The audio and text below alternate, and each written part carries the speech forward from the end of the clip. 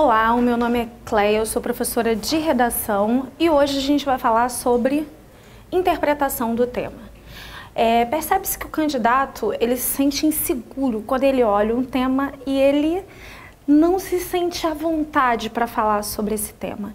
Então aqui a gente vai dar um panorama, um passo a passo de como ele deve agir assim que ele olhar o tema para desenvolver as suas ideias e não ter problemas de zero, porque fugiu o tema proposto, ou de prejuízo, quando a gente pensa em penalização, porque não abordou mais de uma questão, não trabalhou a questão da informatividade.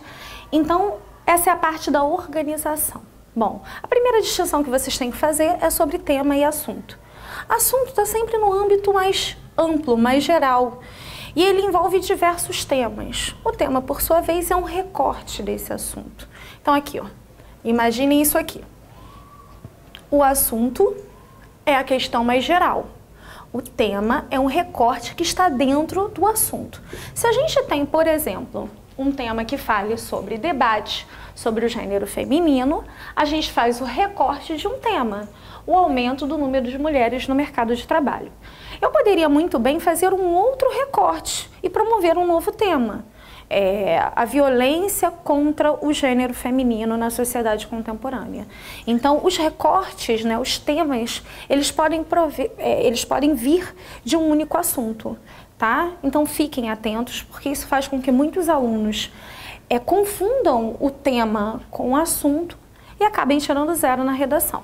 Bom, aí dentro daqui a gente tem fuga total do tema, do assunto, que é quando você, por exemplo, o assunto é sobre o gênero feminino, e aí você fala sobre educação infantil.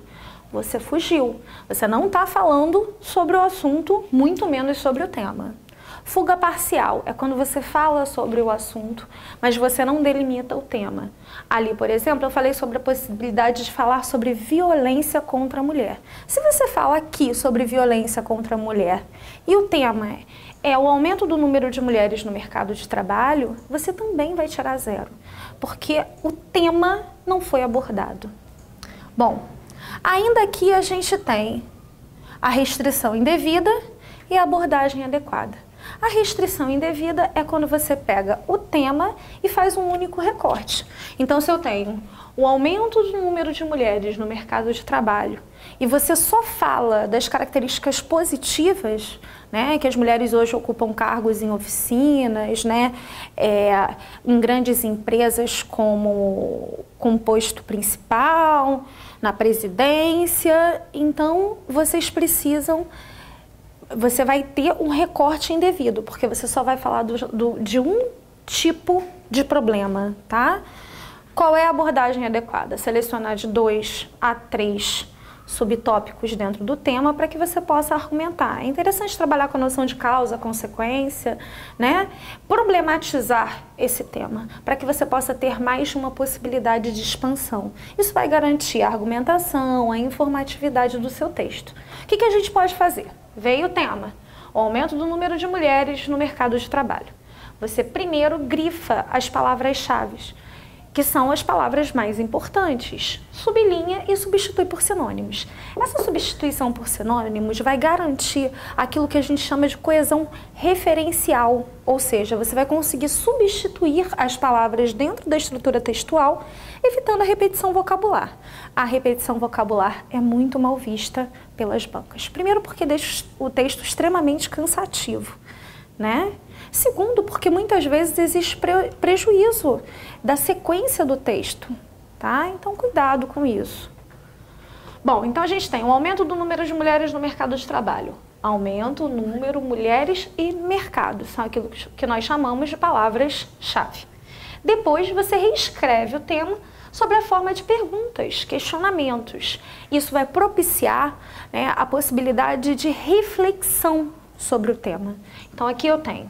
Aqui se atribui essa inserção. A inserção se deve à questão de hoje a mulher administrar lares, e ela acabou sendo obrigada a entrar no mercado de trabalho, ou a questão da luta por igualdades. A mulher lutou pela possibilidade de escolha e hoje ela consegue entrar no mercado de trabalho, né? Porque ela é livre para isso. Antes não, antes cabia a ela apenas a função doméstica, né? Como cuidadora dos filhos, né? Como a rainha do lar, tá? Então a gente precisa problematizar. A segunda questão, quais são os problemas que impedem ainda mais esse aumento? Aí a gente volta à questão da liberdade. Se a mulher antes cabia apenas as questões domésticas, né, e o cuidado com os filhos, a sociedade hoje ainda reproduz, né, parte desse machismo e faz com que as mulheres, né, sejam limitadas ou sofram preconceito em algumas profissões via, né, mulheres engenheiras, mulheres, né, que exercem alguma coisa relacionada à mecânica, né, que são profissões consideradas tipicamente masculinas, tá? Então é necessário desfazer esses estereótipos, aquilo que é de homem e aquilo que é de mulher, para que essa mulher consiga ser inserida no mercado cada vez mais por sua capacidade e não pela estereotipação. Quais são as causas e consequências desses problemas? Já falamos de causas, já falamos das consequências, né? Então a mulher é obrigada cada vez mais a brigar para conseguir se inserir. Isso aqui é uma possibilidade de estratégia, te faz pensar, porque você cria perguntas e você consegue responder. Evita aquilo que a gente chama do nervosismo, né, que você trava na hora da prova. Então, se você faz perguntas, você automaticamente faz com que você responda. Isso vai te dar uma acalmada e vai ajudar aí na organização das suas ideias. Então, quando eu falo de temas objetivos e temas subjetivos, a gente precisa primeiro identificar, né? Se é subjetivo, existe uma dificuldade muito maior, porque a gente precisa transformar essa subjetividade em algo real, em algo objetivo, em alguma coisa que eu consiga argumentar. Vamos começar com temas objetivos. Aquele tema da mulher é um tema objetivo, é um problema social. E esse aqui, ó, a realidade da vida nas favelas e a maneira como são apresentadas atualmente para o mundo. Primeira dica foi sublinhar realidade apresentadas e o mundo, tá? Reescritura. O cotidiano nas favelas brasileiras é bem distante daquilo que é apresentado ao mundo. Se a gente pensa nisso, a gente cria questionamentos, problemas que vão me levar a argumentações seguras. O que a sociedade brasileira e o mundo imaginam das favelas? Bom, a gente sabe que a favela é um lugar, né, de violência e também da representação de felicidade, uma felicidade utópica, uma felicidade idealizada, né? Que parte do nosso samba, do nosso funk, né? E que faz com que os brasileiros sejam vistos por isso lá fora. Então, assim, a gente tem, ora, a favela representada como lugar de felicidade, que é da onde provém o samba, o funk. Então, existe a estereotipação da felicidade da favela, que apesar dos problemas, os moradores das favelas são felizes, e, né, a questão da violência, que tem prejudicado bastante até o nosso turismo, né? Então, a favela é colocada como lugar da violência. Agora a gente precisa problematizar isso. Por quê? O problema não é a existência da favela. O problema é a falta de assistência dada às comunidades, né? E aí a gente vai para a segunda pergunta. Qual é a verdadeira realidade? A verdadeira realidade é que existe um espaço marginalizado, né? Em que é evidente a ausência de um Estado, né? A violência exacerbada, né? A falta de educação de qualidade, a falta de atendimento hospitalar digno, muitas vezes a falta de saneamento básico, né? Então são características que evidenciam o quê? A verdadeira realidade, a origem, né, dos problemas relacionados à favela. Quais são as causas e consequências dessa deturpação de realidade? Bom, o problema é achar que a favela é o grande mal da sociedade. A favela não é o grande mal da sociedade. O mal é a falta de assistência dada a eles, né? A gente não tem uma eficiência contra a violência, né, que é uma coisa cotidiana, que é uma coisa naturalizada nesses ambientes de favela. A gente não tem um acesso a oportunidades melhores de vida. Então, muitos desses adolescentes, né, e crianças acabam por entrar no mundo da marginalidade, o que aumenta cada vez mais a violência, porque não existe outra oportunidade para eles. E a questão da estereotipação. A mulher, o sambista, né? Então essa mulher ela é objetificada, né? Então a gente não pensa na mulher da favela como uma mulher que sofre problemas sociais, né? Normalmente você pensa na mulher como aquela que vai para a escola de samba, fevereiro, março, né? Então essa é a visão do mundo. Aqui você problematiza e consegue criar, né, tanto a sua tese como a fundamentação da sua tese com os exemplos. Bom, vindo para o lado de cá, a gente vai para o tema subjetivo. Aí a gente tem a seguinte frase: quem perde dinheiro perde algo. Quem perde o amigo perde mais. Quem perde a fé perde tudo. Normalmente vocês se apavoram quando pegam esse tipo de texto.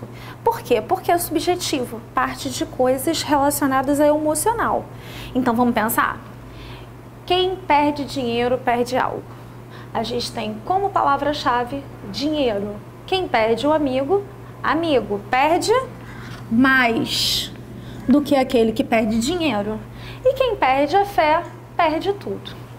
Transformando isso em algo que a gente consiga desenvolver, a gente tem, na sociedade moderna, o homem tem valorizado mais os bens materiais do que os imateriais, ou seja, os vínculos emocionais com o seu afim, né? Seja sua família, seja seus amigos. Então a gente precisa repensar isso. Como que eu problematizo? O que o homem valoriza? O homem, influenciado pela sociedade ao qual ele faz parte, ou seja, a sociedade capitalista, ele quer acumular cada vez mais bens. Então ele está preocupado com o melhor carro, com o melhor celular, com a melhor televisão. As coisas hoje são muito descartáveis. E o homem cada vez mais trabalha para adquirir bens e tem menos tempo para aproveitar a vida. Isso faz com que, né, a gente tenha consequências. Quais são as consequências? O afastamento familiar, né? As relações familiares estão cada vez mais distantes, pais não conversam com filhos porque trabalham demais, né? Por conta da acumulação de bens. A gente tem amigos que não se encontram, né? Por quê? Porque estão na internet, né? Não tem tempo para ir à casa do amigo por conta dessa necessidade de acumulação de bens. Então isso é muito importante, que você sempre problematize para você sair da subjetividade para objetividade. O que deve ser valorizado? Se somos seres humanos, é óbvio que são os bens imateriais. É aquilo que a gente vai levar para a vida e não aquilo que é descartável, já que a gente vive numa sociedade capitalista. Deu para compreender? Temas objetivos é mais fácil a problematização. Temas subjetivos, você tira o texto, sublinha as partes principais e transforma em um tema mais objetivo para que você possa desenvolver, problematizar e achar teses e argumentos, tá? E aí você vai facilitar a sua argumentação. Então, gente, para finalizar, a gente vai falar sobre a criação e construção do roteiro. É a partir dele que vocês vão escrever os parágrafos de desenvolvimento. A gente precisa de ideia e precisa de fundamento, por conta da questão da informatividade. Bom, primeira ideia retirada daquele tema que a gente tem debatido ao longo dessa aula: o aumento do número de mulheres no mercado de trabalho. A mulher vem desempenhando gradativamente papéis de destaque do ponto de vista profissional. Essa é a minha ideia, tá? É a tese. Depois eu venho o preconceito que ocorre por conta da subjugação da mulher. Essa é outra ideia. Preconceito é relacionado à subjugação. Você vai fundamentar. É o que a gente chama de informatividade do texto, que vai garantir a sua argumentação. Bom, no primeiro caso, vocês vão restringir mulheres que seguem carreiras militares, desempenham papéis de liderança em empresas e ocupação da presidência. Esses são 3 exemplos que fundamentam a ideia de que a mulher, né, ela vem gradativamente galgando seu lugar no mercado de trabalho. E depois a gente vai falar sobre a questão do preconceito. Lembrando, ideia, fundamentação, primeiro parágrafo de desenvolvimento. Ideia, fundamentação, segundo parágrafo de desenvolvimento. Aqui a gente tem a crença de que cabe à mulher o ambiente doméstico, brinquedos infantis que estimulam a ausência da mulher, né, no mercado de trabalho. Então, assim, a gente sabe que desde a infância a criança é estimulada, né, a se enquadrar dentro da estereotipação. Então, meninos brincam de carrinho, de aviãozinho, né? Mulheres brincam com bonequinha, com panelinhas, e isso cria, né, os estereótipos sociais. Mulher fica em casa cuidando dos filhos, ou vai ter empregos relacionados à sua condição, né, dentro dessa sociedade patriarcal. Homens são provedores, a eles cabem outros tipos de profissões. Isso precisa ser desconstruído, desfeito, tá? Então essa aqui é a dica, né? Um roteiro, você vai pegar o tema, você vai aprender a desenvolver temas objetivos, desenvolver temas subjetivos e o melhor, fundamentar a sua ideia. Sem informatividade, a gente tem um texto vazio, a gente tem um texto mal embasado. E aí você pode ter prejuízo, né? Você pode ter penalização pela banca.